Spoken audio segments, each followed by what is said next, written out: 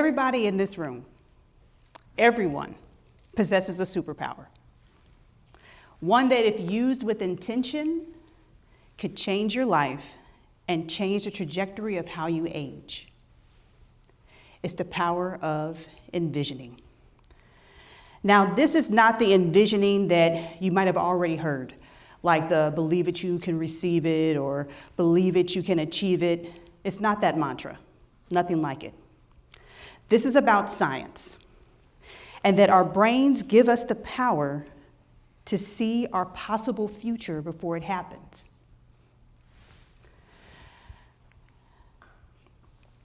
I know that everybody's used this power. All of you have. And I'm going to prove it to you. I would like for every last one of you to please raise your hand. Now, if you have ever daydreamed about going on vacation before it happens, put your hand down. Okay, there's a few people. Okay, well, no, everybody, some people still have their hand up. If you've ever daydreamed about winning the lottery, put your hand down. How about if you've just ever daydreamed? Okay, there you go. I told you, everybody's used this power. Well, this power is so powerful because it's how I went from a non-traditional pre-med student working second shift at General Motors to a physician, a board-certified neurologist. It all started in my mind. You see, I didn't always see myself wanting to be a doctor. Actually, that's not true. I thought about it briefly in high school, but I just couldn't see it. So I took the easy way out, or in my mind, the easy way out, and got a business degree. I started what most would think was a great cookie-cutter life, but something didn't feel right. It wasn't until years later, I met a young woman who looked like me, who was also a physician, that I remembered that dream, that I wanted to help people, that I wanted people to really understand their bodies and understand how they could prevent illness, how to treat illness. So I thought, I'll go for it. Now, let me put this into context for you. There are no other physicians in my family. And remember, I have a business degree. I don't have those science prerequisites I need to get into medical school. But I could see it. I could envision myself being a physician. So I went all in. I did all the applications. I did the MCAT, studied for that. I took all those prerequisites. But there was one thing that I did on almost a daily basis that I think made all the difference. You see, on my way to work, I would stop outside the medical school that was in my local area, and I would get out of my car, walk in, and I would walk the halls of that school. And at one point, while I'm walking, I would close my eyes and envision myself being there. I did that so much that the guard knew who I was. He just kind of let me go, right? But I did that, and that vision of me being a med student and being a doctor was so strong that even when I applied and didn't get in the first or the second time, I didn't stop. It didn't even occur to me to stop. I just kept pushing until that vision of me being a physician became my reality. But what's actually happening in our brain when we envision? And can we use this superpower to change the trajectory of our life and our health as we age? These are the two questions I want to help answer tonight. There's a body of research that has emerged over the past 20 years that has looked at how our brains are active when we're envisioning, when we're daydreaming, and when we're not focused on outward stimuli. They found that there's a body of tissue that collectively is now called the default mode network. This network of tissue includes the anterior medial prefrontal cortex, the angular gyrus, and the posterior cingulate gyrus. This is represented up here. What I didn't realize back then when I was envisioning is that I was utilizing that tissue that has been shown to be pivotal in human creativity, in the evaluation of ideas, as well as many other cognitive processes. So, this got me thinking.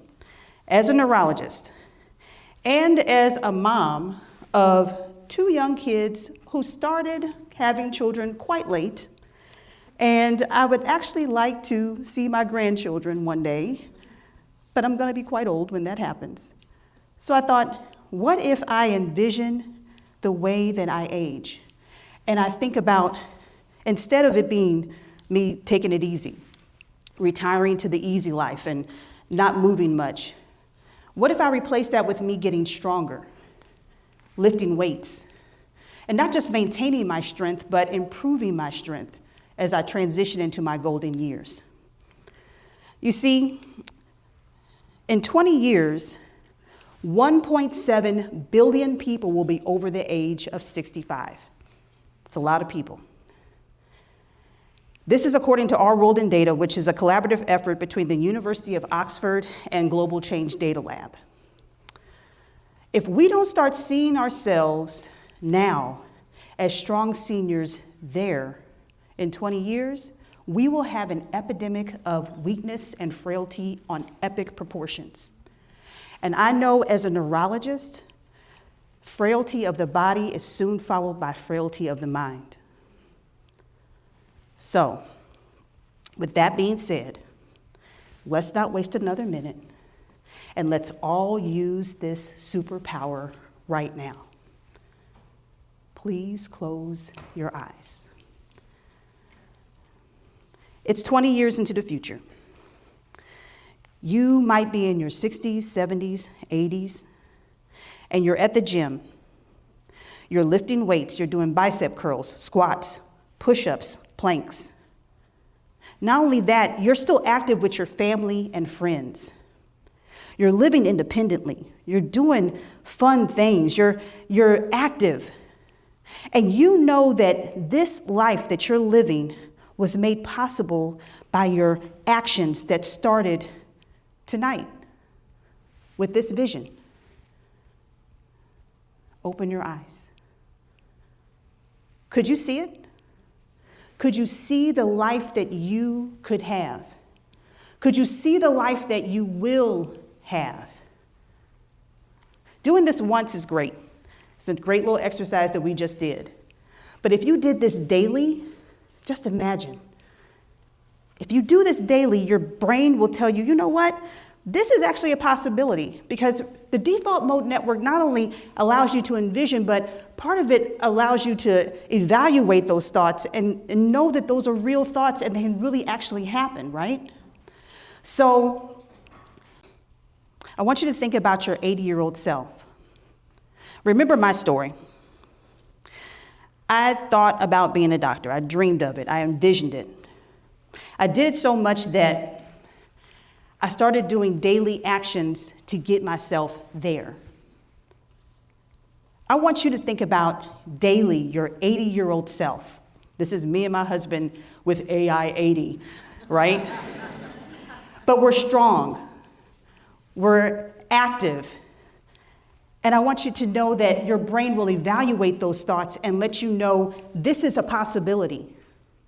And you'll start to do what that person will do. Like I said at the beginning of this talk, this is not the envisioning, the woo-woo, believe it, receive it. This is science. Our brains are wired to give us glimpses of our possible future. This superpower that we all have. It's up to us to shape these visions using our default mode network, to evaluate them and know that they are real possibilities. They're not just daydreams. They can be our strong reality if we just believe it. Thank you.